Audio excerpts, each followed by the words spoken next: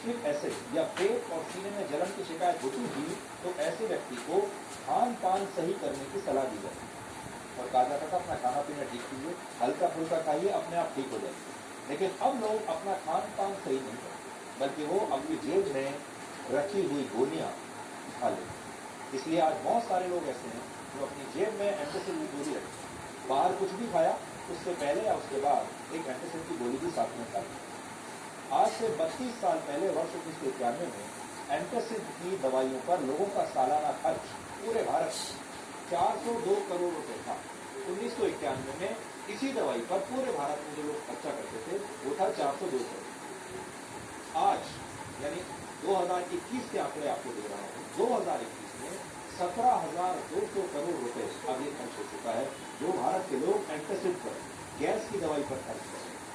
इसी तरह वर्ष 2011 में हाई ब्लड प्रेशर और दिल से संबंधित दवाइयों पर देश के लोगों का सालाना खर्च था 7,200 करोड़, लेकिन वर्ष 2021 में ये खर्च हो गया 21,000 करोड़। और इसी तरह अब भारत में हर साल 16,000 करोड़ रुपए की एंटी डायबिटिक दवाइयां भी बेची जा रही है। तो हमारा देश सबसे ज्यादा क्या खा रहा है? डायबिटीज की दवाई, ब्लड प्रेशर की दवाई और गैस की दवाई, एसिडिटी की दवाई। और यही भारत के लोगों की असली पहचान बनता जा रहा है।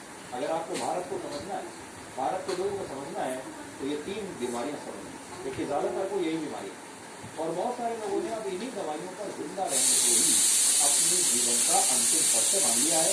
जब तक वो जीवित रहेंगे, जब तक उनकी जिंदगी चलेगी, उनकी जेब में एसिडिटी की दवाई रहेगी, ब्लड प्रेशर की दवाई हमेशा रहेगी, डायबिटीज की दवाई हमेशा रहेगी।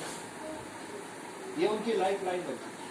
हाल ही में एक सर्वे में लोगों से पूछा गया कि अगर उन्हें सुबह उठते ही बर्गर और दलिए में से एक चीज खानी हो तो वो बर्गर को चुनेंगे या दलिया चुनेंगे। इस पर 93% लोगों ने कहा कि वो बर्गर खाना पसंद करेंगे, दलिया नहीं खाएंगे। फिर चाहे इससे उनका कोलेस्ट्रॉल या उनका वजन बढ़ ही क्यों नहीं। वॉल्यूम यानी मात्रा के मामले में भारत में anti diabetic, high blood pressure और एंटासिड की दवाइयों की सबसे ज्यादा खपत होती है। यानी इन दवाइयों का भारत पूरी दुनिया में सबसे बड़ा बाजार है।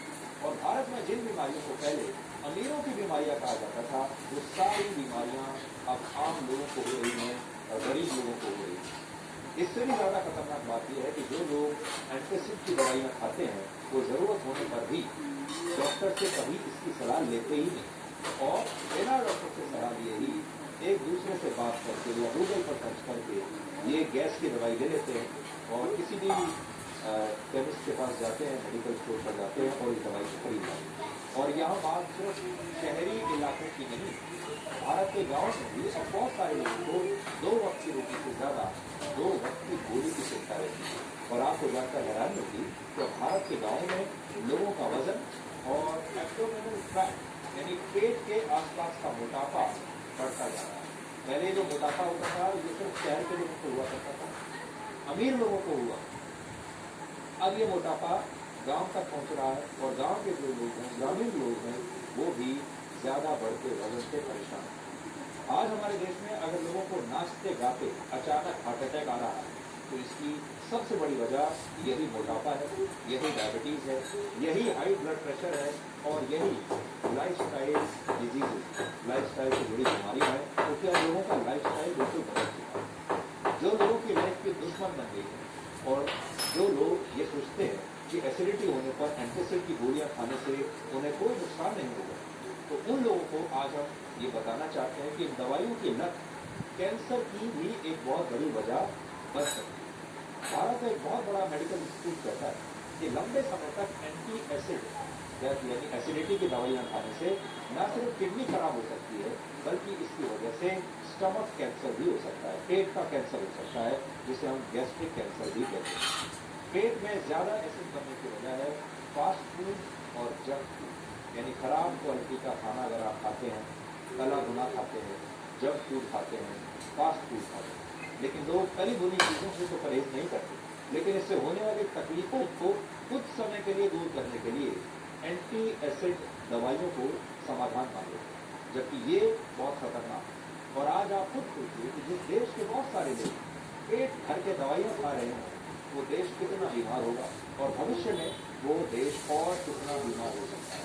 हम बात पर कहते हैं कि हमारे देश में पूरी दुनिया में सबसे ज़्यादा युवा है, हमारे पास सबसे बड़ी मैन पावर है, हम दुनिया का सबसे बड़ा प्रोडक्शन हब बन जाएंगे, हम चीन को भी पीछे छोड़ देंगे क्योंकि हमारे पास लोगों की ताकत है।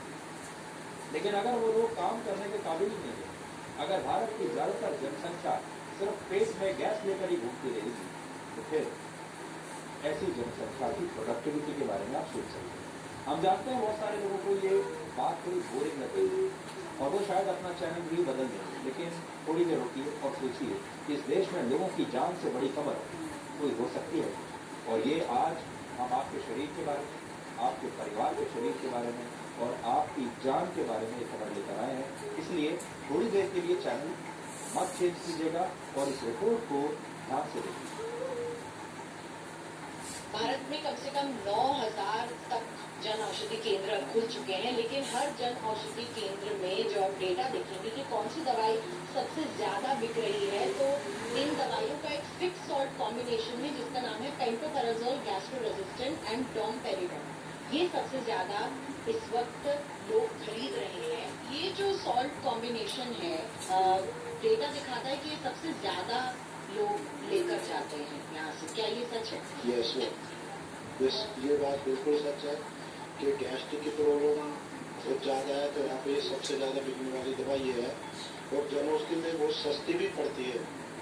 बाहर अगर आप लेने जाओगे तो आपको कम से कम 78 रुपीज़ पर स्ट्रिप मिलेगी, लेकिन जन औषधि में 22 रुपीज़ की मिलती है। मैडम एक्चुअली डॉक्टर ही इसे प्रिस्क्राइब करते हैं, ऐसा कुछ नहीं है क्योंकि मेडिसिन की दुकान में बिना प्रिस्क्राइब के तो कोई मेडिसिन देते ही नहीं है। दूसरी और सबसे ज़्यादा जो मैडम दवाई बिकती है IBP की, वो ये होती है टेलमिसाइटिन 40। ये 2 mg में आती है, 40 में भी आती है, 20 में भी आती है, 20-40 और तो इसके अदर कॉम्बिनेशन में आते हैं। तो ये भी BP की दवाई भी चलती है क्योंकि BP के पेशेंट भी आम है ज़्यादा। मैम यहाँ पे आपको शुगर की मिलेंगी ज़्यादा पेशेंट और BP की, हाँ वो ज़्यादा बहुत ज़्यादा। इसके लिए आपके पास ये टेलमिसाइटिन, हाँ BP का ज़्यादा टेलमिसाइटिन जाता है और शुगर का आपका हो गया मेटफॉर्मिन, उसके बाद आपका हो गया वीजा वगैरह सारे आज रेंज मेरे पास है। पिछले 2-3 सालों से अगर देखे जाए या 5 सालों का ऑब्जर्व देखिए, जो हमारा खाना पीना है उसकी वजह से ये चीज़ें कोई ज़्यादा बढ़ी है।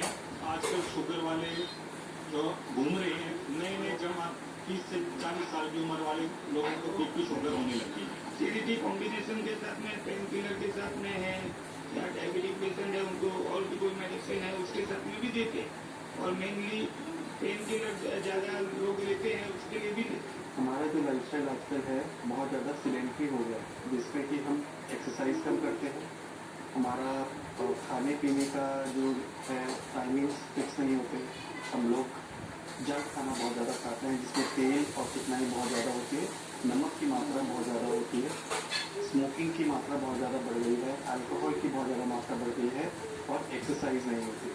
जिन सब कारणों से हमारी बॉडी स्ट्रेस में जाती है, बॉडी में स्ट्रेस हार्मोन्स रिलीज होते हैं जैसे कि वासोप्रेसिन, कोर्टिसोल, जो कि आपका BP बढ़ाते हैं। इन्हीं कारणों से आपकी एसिडिटी की प्रॉब्लम भी बढ़ती है।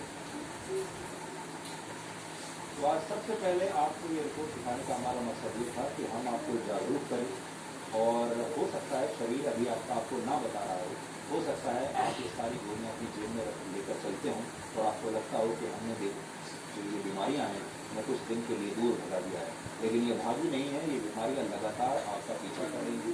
और आप सबसे चिंता की बात है तो ये है कि पुराने ज़माने में ये बीमारियाँ देखने को मिलती ही नहीं या बहुत कम लोगों को, लेकिन आज के ज़माने में जैसे आपने देखा होगा या एक्सपर्ट्स भी बता रहे हैं युवाओं को ये बीमारियाँ हो रही हैं। 20 साल, 25 साल, 30 साल के जो युवा हैं उन्हें भी ये बीमारियाँ हो रही हैं और अब ऐसे पेशेंट की संख्या लगातार बढ़ती जा रही है। तो आप एक स्वस्थ भारत को देखना चाहेंगे या एक बीमार भारत को देखना चाहेंगे? भारत बदल रहा है, आपकी आमदनी हो सकता है बढ़ रही होगी, आपका लाइफस्टाइल बेहतर हो रहा होगा, बढ़िया गाड़ी आपने ले ली होगी, अच्छा मकान ले लिया होगा, एयर कंडीशनर आपने बढ़िया अपने घर में लगा लिया होगा, लेकिन अगर आपका शरीर स्वस्थ है, अगर आपका शरीर हाई ब्लड प्रेशर से संघर्ष कर रहा है, आपके पेट में गैस भरी हुई है, तो आप दुनिया की सबसे अच्छी गाड़ी में भी चलेंगे तो आपको मजा नहीं, बेहतरीन घर के अंदर भी रहेंगे, आप उसका सुख कभी हो नहीं पाएंगे। और सबसे बड़ी बात यह है कि अगर आप परेशान हैं होगी तो ये आपके काम पर भी असर डालेगा, चाहे आप सरकारी नौकरी करते हैं, प्राइवेट नौकरी करते हैं, अपना व्यापार करते हैं, व्यवसायी आप कुछ भी करते हैं, लेकिन अगर आपका शरीर ठीक नहीं है तो आपके काम पर इसका जरूर और ज़रूर असर पड़ेगा। इसलिए आज हमारी इस बात को ध्यान से सुनिएगा और अगर आपको ठीक लगे तो इसका ध्यान दीजिए।